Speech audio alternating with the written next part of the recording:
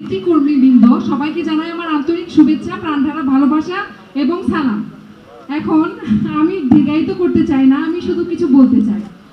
আমরা মহিলারা যদি আমি যতটুকু জানি হাবলা ইউনিয়নে 20,000 মহিলা ভোটার। আমরা যদি এখন সবাই সংঘবদ্ধ না হই তাহলে এগুলো আমাদের পক্ষে সবাইকে একত্রিত করা সম্ভব হবে না।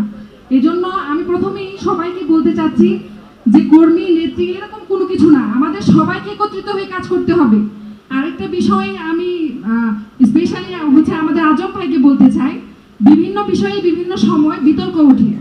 আমাদের দলে যারা ত্যাগী নেতাকর্মীবৃন্দ আছে তাদেরকে সামনে আগাতে দেওয়া হচ্ছে না, তাদের যথাযথ মূল্যায়ন করতে হবে। বিতর্কিত যারা আছে আমাদের দলে তাদের ব্যাপারে ব্যবস্থা নিতে হবে। আর আমি বলতে চাই, দলের ক্রান্তিকালে যারা পাশে ছিল, আমাদের দলে ছিল, দলের হাল ধরেছিল, তাদের কোনো অবস্থাতেই বাদ দেওয়া যাবে না। আর আমাদের সবাইকে ঐক্যবদ্ধ হয়ে কাজ করতে হবে। আমার কিছু প্ল্যান আছে, আমি শেয়ার করতে পারি। আমি যাই হোক, মহিলাদেরকে বিশেষ করে আজম ভাই ওই দিন বলেছিলেন আমাদেরকে শিক্ষিত মহিলাদেরকে আমাদের একত্রিত করতে হবে, সেই কাজটা আমি করছি। কিন্তু ভোট চাইতে গেলে আমি একজন কর্মী হিসেবে কিন্তু আমার যথাযথতা করার চেষ্টা করছি। আমি বিভিন্ন সময় যখন সুযোগ পাই, তাছাড়া শুক্রবারে আমি ভোট চাইতে যাই, আমি সবাইকে একত্রিত করি।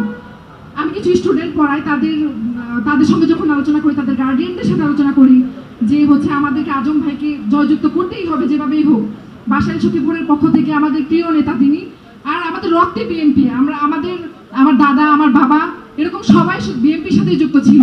আজকে আমার বাবা, বোন, আমার পরিবারের সবাই কিন্তু আজকে উপস্থিত আছে।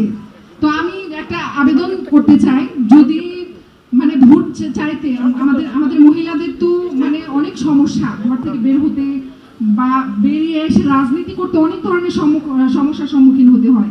আজকে একটাই আবদার, আমি যখন ভোট চাইতে যাব বা আমি যখন দলের জন্য কাজ করব, আমাকে সকল প্রকার সহযোগিতা করতে হবে।